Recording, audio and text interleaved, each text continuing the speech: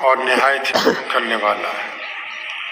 تمام حضرات روشی پڑھ لیجئے۔ اللہم صلی علی محمد وعلی آل محمد کما صلیت علی ابراہیم وعلی آل ابراہیم انکا حمید مجید۔ اللہم بارک علی محمد وعلی آل محمد کما بارکت علی ابراہیم وعلی آل ابراہیم انکا حمید مجید۔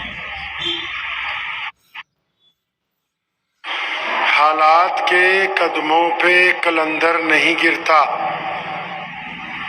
حالات کے قدموں پہ قلندر نہیں گرتا، ٹوٹے بھی جو تارا تو زمین پر نہیں گرتا، گرتے ہیں سمندر میں دریا تو موقع ہے آپ تمام حضرات کی کارگزاری کو داد تحسین دینے کا، لیکن اس کے ساتھ ساتھ صرف آپ حضرات کو ہی نہیں بلکہ پورے ملک میں جتنے بھی لوگ مسجدوں کا انتظام کرتے ہیں، مدرسوں کا انتظام کرتے ہیں، یا کوئی فلاحی NGO چلا یا کسی بھی ایسے عہدے پر فائز ہیں جس سے لوگوں کی تعلقات اور لوگوں کی توقعات وابستہ ہیں، تو ہماری یہ ذمہ داری بنتی ہے ہم سب کی۔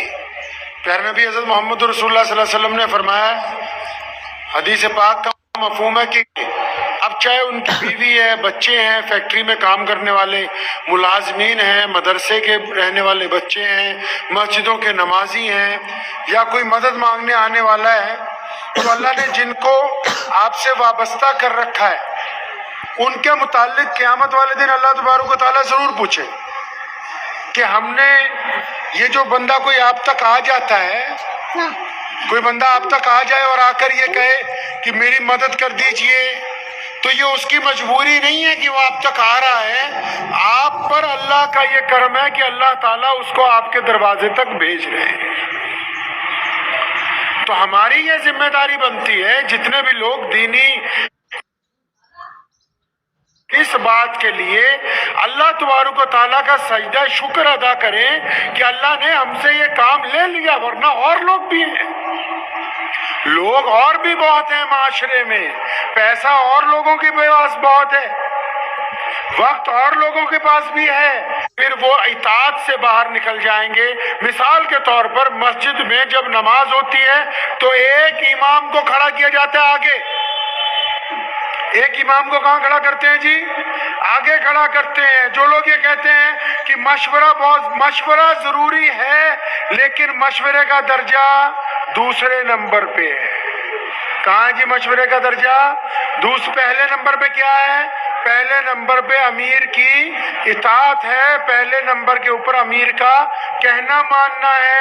اسی لیے تو مسجد میں ایک امام اللہ کے رسول نے عطا فرمایا، اور اگر نماز مشورے سے ہوتی تو کوئی کہتا رکوع کر لو، تو کوئی کہتا سجدے میں جائیں گے، تو کوئی کہتا سلام پھیرو۔ تو پتہ یہ لگا کہ امیر کی اطاعت لازمی۔ دوسرے نمبر پہ پھر جتنے بھی احباب اداروں کو چلانے والے، ان میں دو عادتوں کا ہونا بہت ضروری۔ پہلی عادت جو اللہ کریم چاہتے ہیں، جو نبی علیہ السلام کی سنت ہے، کہ تمام کام حلم کے ساتھ، مطلب صبر کے ساتھ۔ قرآن پاک میں ذکر آتا ہے ایک جگہ، فرمایا اگر تمہیں کوئی آ کے کہہ دے کہ فلاں قوم نے تمہارے خلاف سازش کی ہے تو اس قوم کو مارنے نہ جانا، پہلے خبر دینے والے کی۔ دیکھیں کتنی خوبصورت بات قرآن شریف نے کی۔ ہمارے پاس کوئی آ کے کہتے تھے نا جی تمہارے رشتہ دار نے یہ کہہ دیا، آج کل تو بہانے یہی بن گئے، جی فلاں نے بتایا کہ تم ہمارے خلاف سازش کر رہے ہو۔ قرآن نے کیا کہا؟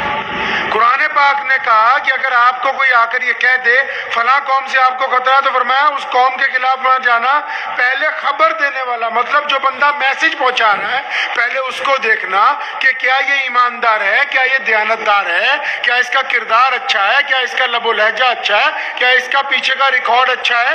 جو کہنے والا شکایت لگانے والا ہی جب بے ایمان ہو، شکایت لگانے والا شرابی ہو، شکایت لگانے والا ٹھگ ہو، تو ہم اس کی شکایت سن کے آپس میں لڑیں؟ تو پہلی ذمہ داری ہماری یہ بنتی ہے، یہ جو میں گفتگو آپ سے کر رہا ہوں صرف آپ کے لیے نہیں کر رہا ہوں، ہمارے جتنے بھی لوگ اداروں کے اندر کام کر رہے ہیں، تو ممبران کی، ذمہ داروں کی پہلی ڈیوٹی بنتی ہے کہ وہ حلم کے ساتھ، صبر کے ساتھ، استقامت سے کام لیں۔ اللہ تعالیٰ نے پیارے نبی صلی اللہ علیہ وسلم کو جو جماعت عطا فرمائی اس کی سب سے بڑی خوبی پتہ کیا ہے؟ صحابہ کرام نے کنتو پرنتو نہیں کیا، لبیک کہا، یہ نہیں کہا پوچھا کیوں۔ اور اب دین مکمل ہو چکا ہے، ہمارے آگے جو بھی ہمارا سربراہ ہے، ہمارا بڑا ہے، اب ہمارا کہنا، ہمارا ذمہ داری یہ بنتی ہے کہ ہم اس کی مکمل اطاعت کریں صبر کے ساتھ۔ اچھا صبر کے ساتھ کریں گے تو دوسری بات کیا ہونی چاہیے جی؟ کہ بندہ کانوں کا کچا نہیں ہونا چاہیے۔ اچھا اب یہ صرف مدرسہ چلانے کے لیے، مسجد چلانے کے لیے ضروری نہیں ہے، بیوپار میں بھی ضروری ہے۔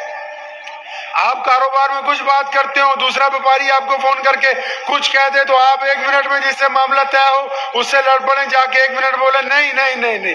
جو باتیں، دو باتوں کے لیے مسلمان پوری دنیا میں مشہور ہے، کیا؟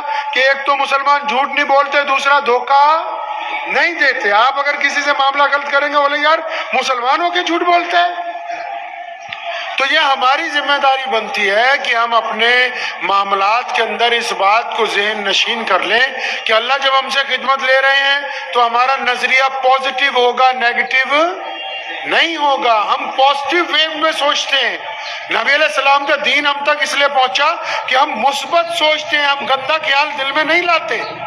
گندا خیال دل میں لانا گناہ ہے، بے ادبی ہے، رسول اللہ صلی اللہ علیہ وسلم کی تعلیمات کی مخالفت ہے۔ آپ کیسے اپنے پاس سے طے کر لیں گے جی فلاں بندے کے دل میں میرے لیے برائی ہے؟ نہیں، پیارے رسول صلی اللہ علیہ وسلم نے فرمایا کیا تم نے اس کی چھاتی پھاڑ کے دیکھی؟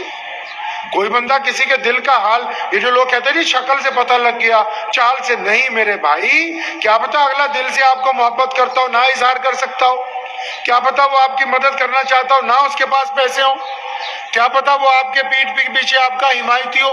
آپ اپنے پاس سے کوئی بات طے نہ کریں، بلکہ حالات اور کئی بار دیکھا اور سنا بھی غلط ہو جاتا ہے۔ اسی لیے کہتے ہیں جب تک تصویر کے دونوں رخ سامنے نہ ہو تب تک انسان کوئی فیصلہ کرنے والا نہ ہو۔ بڑے ادارے کیسے بنتے ہیں؟ میں بہت چھوٹا تھا، اپنے والد صاحب شیر اسلام مولانا عبران لدھیانوی رحمۃ اللہ علیہ کے ساتھ مجھے یاد ہے جب پہلی دفعہ ہم یہاں آئے، نور الحق چچا جب یہ مسجد کا سنگ بنیاد رکھنا تھا تو مدتیں لگ گئی اس مسجد کو بنانے کے لیے۔ تو جب یہ مدرسہ بنانا شروع کیا تو تب تو گنتی کے چند لوگ ساتھ میں تھے۔ یہ آج اتنا بڑا ادارہ کس طرح قائم ہوا ہے؟ کیسے بچے حافظ بن رہے ہیں؟ اتنا بڑا اجلاس سالانہ طور پہ کیوں کر رہے ہیں؟ تاکہ آپ میں اتفاق ہے، ایک دوسرے کے ساتھ بیٹھ رہے ہیں، سن رہے ہیں، سنا رہے ہیں، ایک دوسرے کی بات کو سمجھ رہے ہیں، پھر جو ضرورت ہے اس کو پورا کر رہے ہیں۔